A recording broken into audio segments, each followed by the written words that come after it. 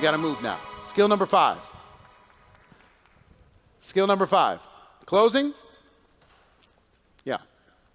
Closing. I'm going to give you a simple series of questions for you to ask at the end of any presentation. You do a PBR, ask these questions. You do a Zoom call, ask these questions. You show a video, ask these questions. Sample your product, ask these questions. Three-way call, ask these questions. Sit down with somebody for coffee. When you're done, ask these questions. Question number 1. What did you like best based upon what I just showed you? What did you like best? Question number 1. One of the most powerful questions. I've tried them all over 30 years. I've tried, what do you think? Not to good results. The best question I've ever come up with, works in every country around the world, is what did you like best? This forces a person to go into their mind and think of something good. Question number 2. On a scale of 1 to 10, based upon what I've just shared with you, where are you? 1 being you have 0 interest, and 10 being you're ready to get started right this second. Where are you? Guess what you're going to get a lot of? 5s, 6s. If they say 7, they're joining. People won't say 10 because they don't want to seem like a cheap date. Here's a tip for you. Anything over a 1 is good. Seriously. If they say 2, I'm a 2. Well, we told them 1 is they have 0 interest. 2 must mean there's something there, but they're skeptical. Might take more time. You're going to have this conversation over the long term with them anyway. Just understand that this one might take a little bit more time. Fantastic. Scale of 1 to 10, where are you? Just get a temperature reading. Question number 3 deals with how much money would be worth their time? How much money would be worth their time? Now, here's how I ask the question, and this is refined over many, many years.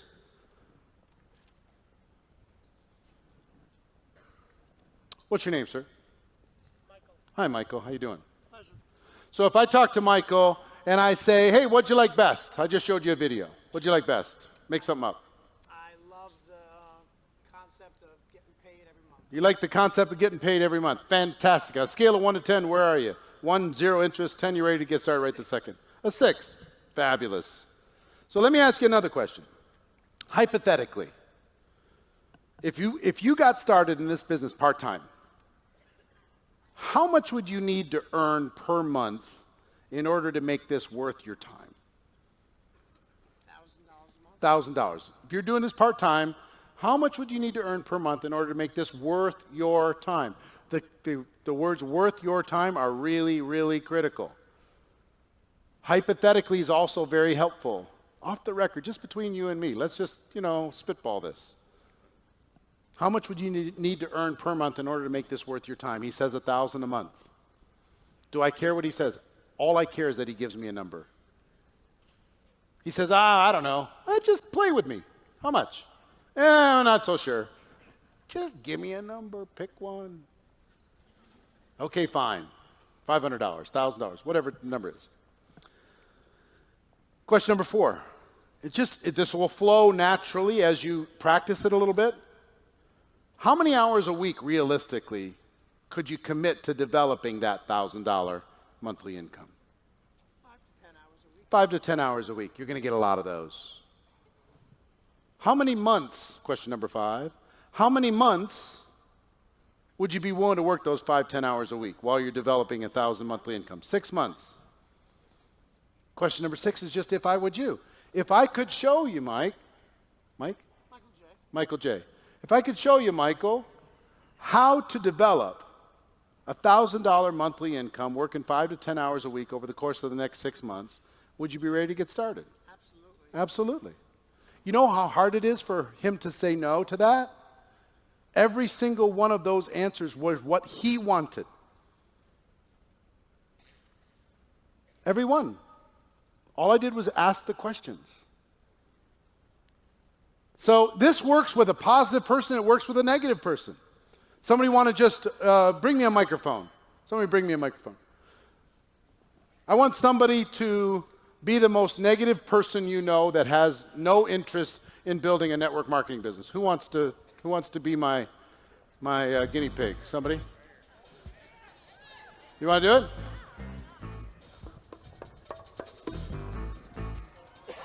All right, stand up, introduce yourself. Hi, my name's Hillary. Hi, Hillary. Yeah. All right, Hillary, let's just say I just showed you a video, Okay. and I say, Hillary, based upon what I just showed you, what did you like best?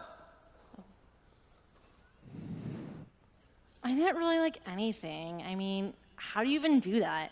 All right. No sense to me. You didn't really like anything. Fantastic. So on a scale of 1 to 10, 1 being you have 0 interest, and 10, you're ready to get started right this moment, where are you? Where would you put yourself? Dude, I'm not like a negative 500. That seems like a scam to me. All right, fantastic. Scam to you, negative 500. Let me ask you a question, Hillary. Off the record, just between you and me, and I'm not assuming that you're going to do this, but you would, of course, be not looking the other way when we would do this, would you? You got to at least look at me. Oh, okay. So, hypothetically, you don't seem like a perfect candidate, but No, I'm not hypothetically, I get it. I totally get it. I'm with you.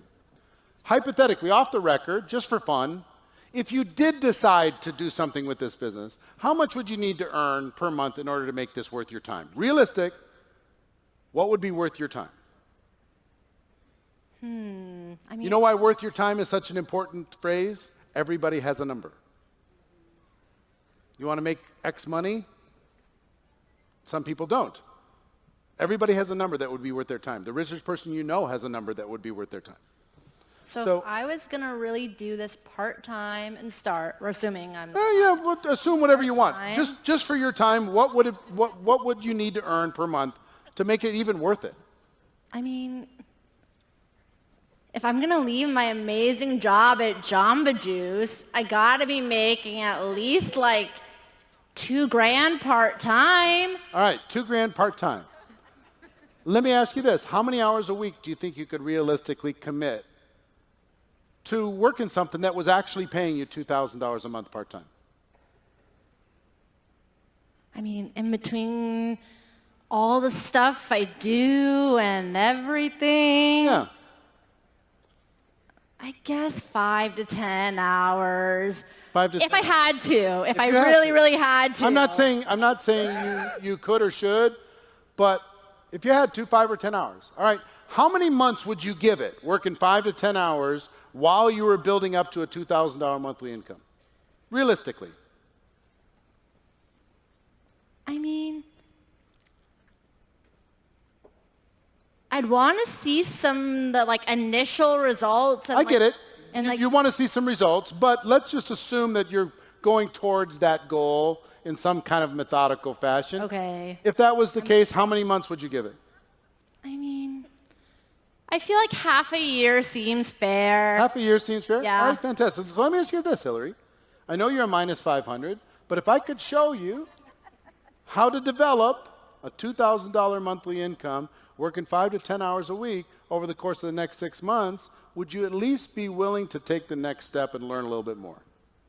Yeah, I guess I'd be interested. See, it's so hard. It's so hard. She was a negative 500. How hard is it? I'm not kidding. If you go through these questions, it's so hard for a person to say, absolutely, I'm not interested in learning more. At least at a minimum, you can get them to take the next step. You can get them to learn a little bit more, get them to find out about the product, get them to meet somebody, get them to come to an event at a minimum. And you keep the conversation going. See what I'm saying? Now, if somebody's reasonably positive, you ask these questions, all you're doing is creating a world that they get to live in based upon their wishes and dreams. If I tell her, you want to make $10,000 a month and she's working at Jamba Juice, it's going to be too much. It's going to shut her down. If I tell her you want to make $500 a month and she's already making $4,000, she's going to say that's not worth my time. So I've got to ask the questions, let her fill in the blanks, and then say, if I could show you how to do it, would you be willing to take the next step with me?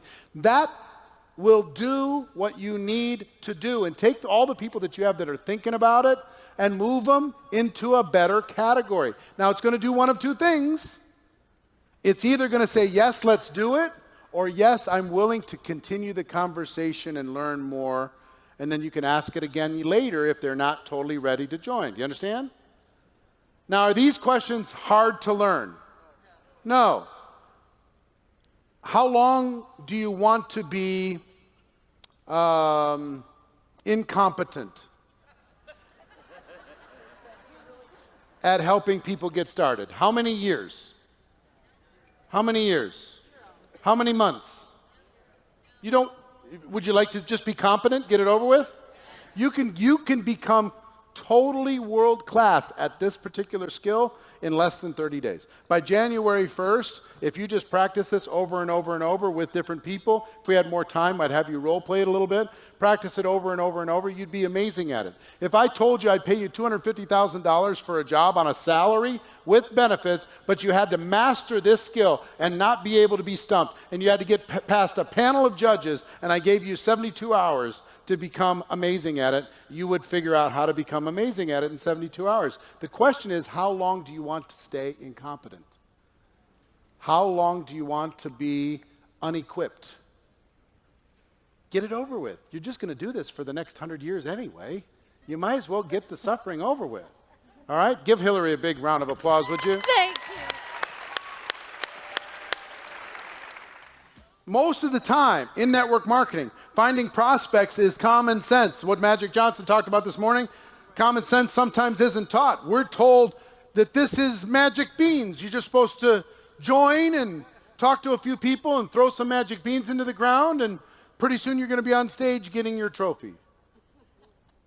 There's some skills involved.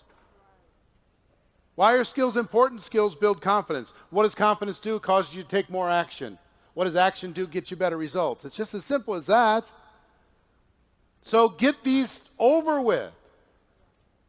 Master the ability to find quality prospects to talk to and never run out. Master the ability to invite people to at least understand, take a look at what it is you have to offer with a reasonably open mind. Master the presentation. Use tools and events to do the presentation, but ultimately learn how to say the words. Master the follow-up. Keep the conversation going.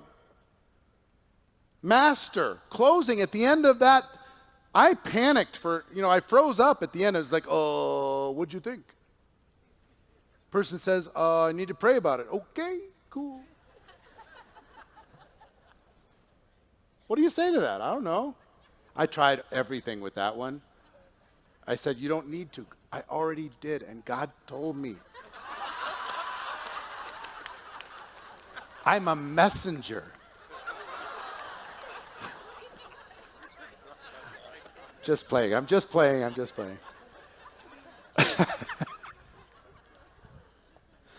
So, helping people make a decision. That's all we're doing.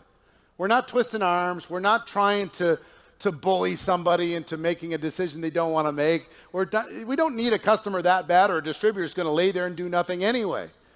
All we're doing is sifting through. And you know what we're trying to do? We're trying to capture the imagination of another human being and let them dream again. Because you know what happens when we're kids?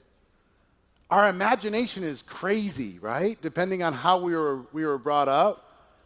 We're going to be sports stars. We're going to be TV stars. We're going to be ballerinas. We're going to be, race car drivers, astronauts.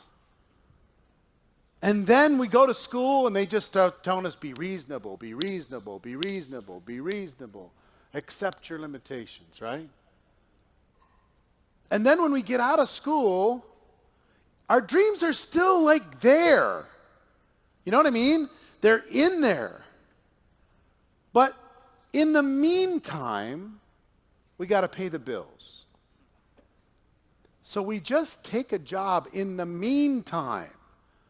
We just start waiting on tables in the meantime. We just start doing somebody else's books in the meantime. We just start being somebody's assistant in the meantime just to pay the bills. And once we start doing that, we need a place to stay. So we get a place to stay. We need a bed. So we buy a bed. We need Wi-Fi. So we sign up for Wi-Fi. We need electricity, so we sign up for electricity, and we get our cable, and we get all this other kind of stuff. We need a car to get back and forth to this temporary thing that isn't filling up our dreams, but it's taking care of things in the meantime. Maybe we start a family during this process. Now there's obligations. And pretty soon, what was just a temporary thing just for now, until the dream showed up, becomes the thing that is wrapped around our neck, and we settle. And by about age 30, 35, we go, you know what? That wasn't reasonable. We watch enough movies that say sitting there doing nothing is noble. So we settle. And the dream just turns into this tiny little acorn. It's still in our gut. It bothers us sometimes. There's some sleepless nights looking at the ceiling, knowing that we're selling ourselves at 2% of our potential. We know it. But then we shake ourselves and say, yeah.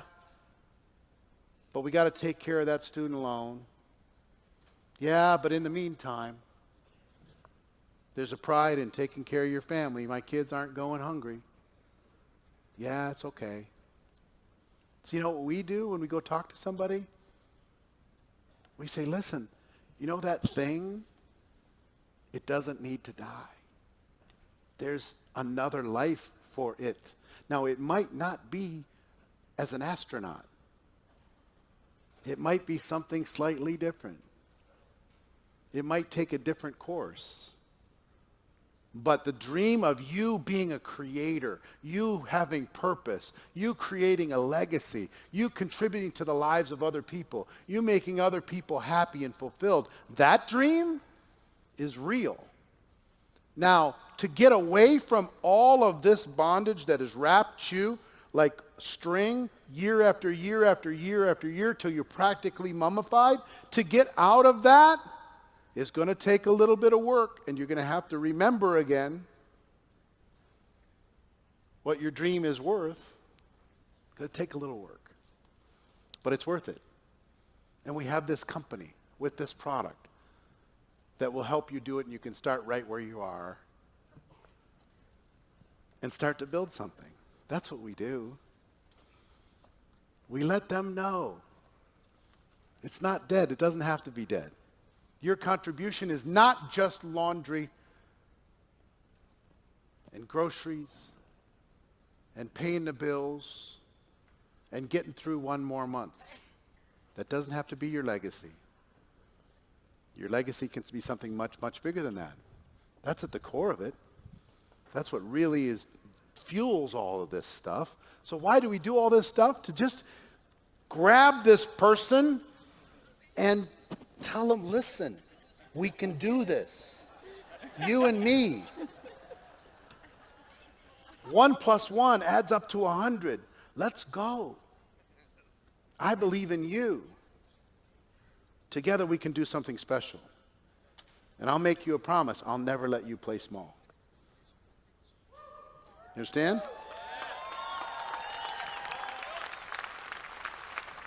That's at the core of this stuff, man. So, those are the 5 skills. You ready to go to number 6? How many people have at least 8 pages of notes so far? Fantastic. Skill number 6 is getting your new person started right. This is where duplication lives. Duplication happens inside of this skill. Helping a person get started effectively, helping a person create some action, helping a person get some results. Because it's like an egg timer. I sign this guy up, I got to turn the egg timer, and if he doesn't get some results before that bell chimes, ding, he's gone. If he doesn't get a customer pretty quick, if he doesn't get a great product experience pretty quick, if he doesn't get a distributor earn a check of $1 or something pretty quick, he's going to be gone. So let me show you how this works.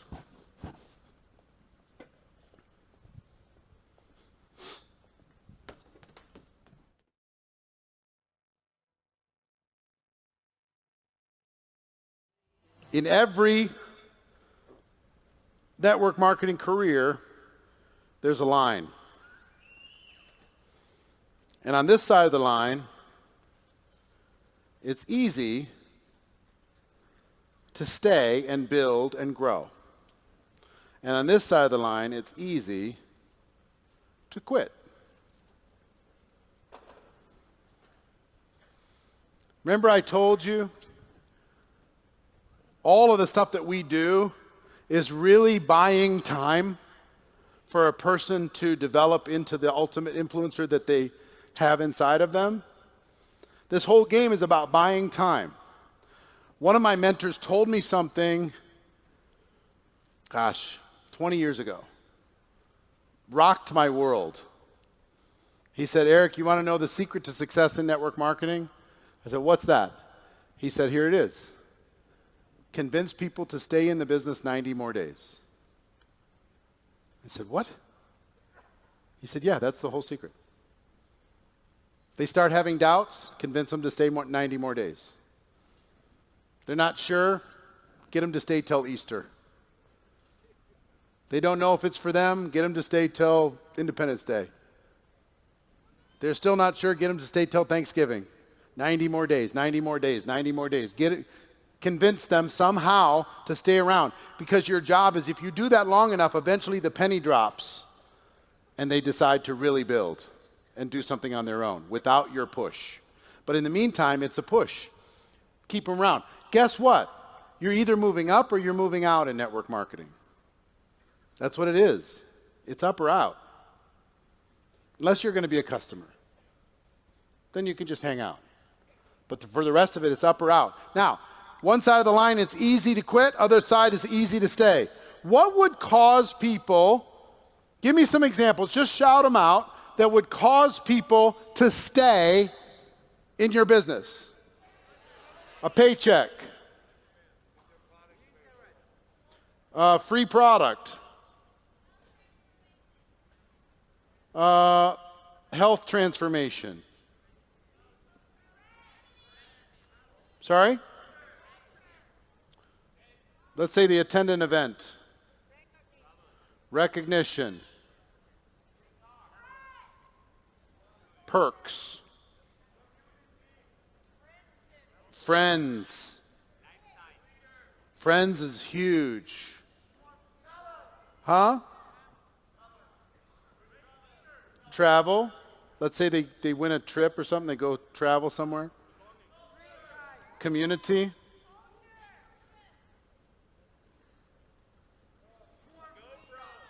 Let's get back simpler. Think about the first 30 days, 60 days, 90 days. Huh? Just one customer in the first 30 days might help somebody. One friend in the first 30 days might cause them to stay around for another 30 days. One little paycheck of $1 or more. Show them that this is for real. A great product experience. Yeah, if they personally grow.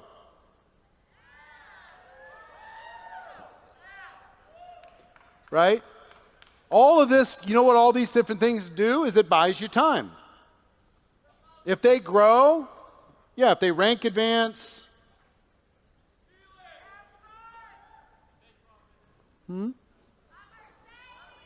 A Mercedes, yeah. So all of these things, what if they tell the world that they're in? What if they go and tell their whole world, I joined this company and I'm going to the top? Will that cause them to stay longer than if they wouldn't have? Of course. Little things. Making a friend. Getting connected. Going to the company convention. attending an event, getting a product experience, getting recognized, getting appreciated, being part of a community. All these little things make it easier for them to stay. Now, what's the opposite of these things makes it easy to quit? If they don't get a check, if they don't earn enough so their products is free, if they don't have a positive product experience, or they don't even take the product, it's easier to quit. If they don't rank advance, it's easier to quit. If they don't get a customer, it's easy to quit. If they don't tell the world, if they hide out, it's easy to quit. They don't get recognized, it's easy to quit. If they don't make friends, it's easy to quit. If they don't personally grow, it's easy to quit. So what I want you to think about in this particular skill, I'm going to talk to you more about systems tomorrow, but let me just talk to you quickly about systems here.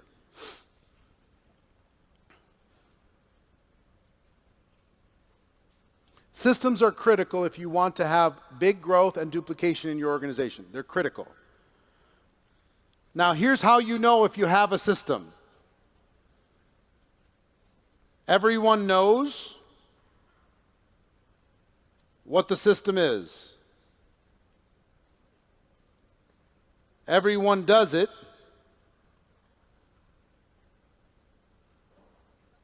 And it works.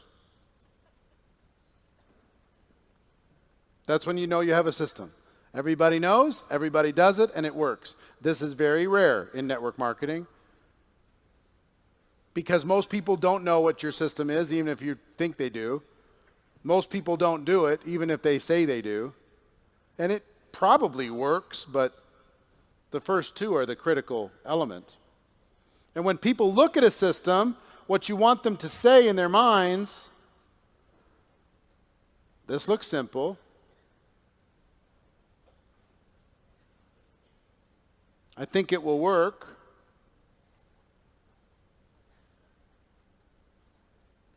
And I think I could do it. That's what you want people to think about when they look at your system. That looks simple. I think it'll work, and I think I could do it. And here's how you know you have a system. If everyone knows it, everyone does it, and it's working in the marketplace. Now, again, I'm going to talk about this more tomorrow, and there's over 100 companies represented in this room, but there are several systems that you must have if you want to develop rock-solid growth within your organization. System number one is a customer acquisition system. You tell people, this is what you do, these are the tools that you use, these are the words that you say, here's how you get a customer. Step, step, step, step. Number two, a distributor acquisition system.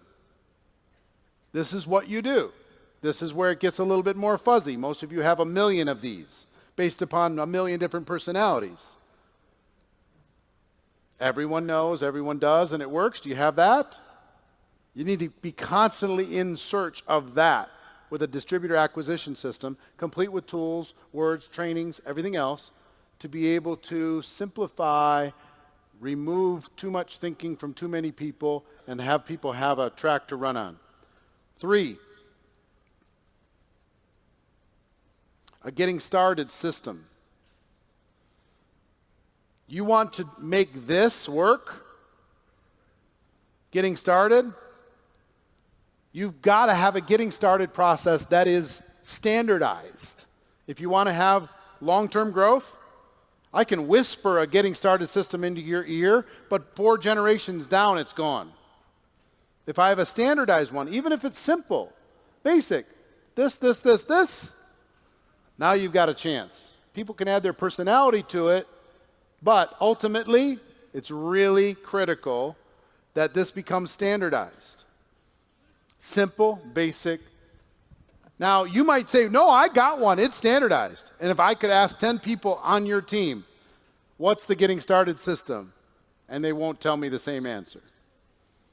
That's where a leader needs to show up to make sure that that process happens. So everybody knows it, everybody does it, and it works. Number 4, is event promotion system. One of the most important things you can do, and we're going to talk about skill number 7, promoting events, in a moment. But an event promotion system, do you have a system to promote from convention to convention? Or is it just, you got to get excited? Is there a system for it? If you don't have one, you need to establish one.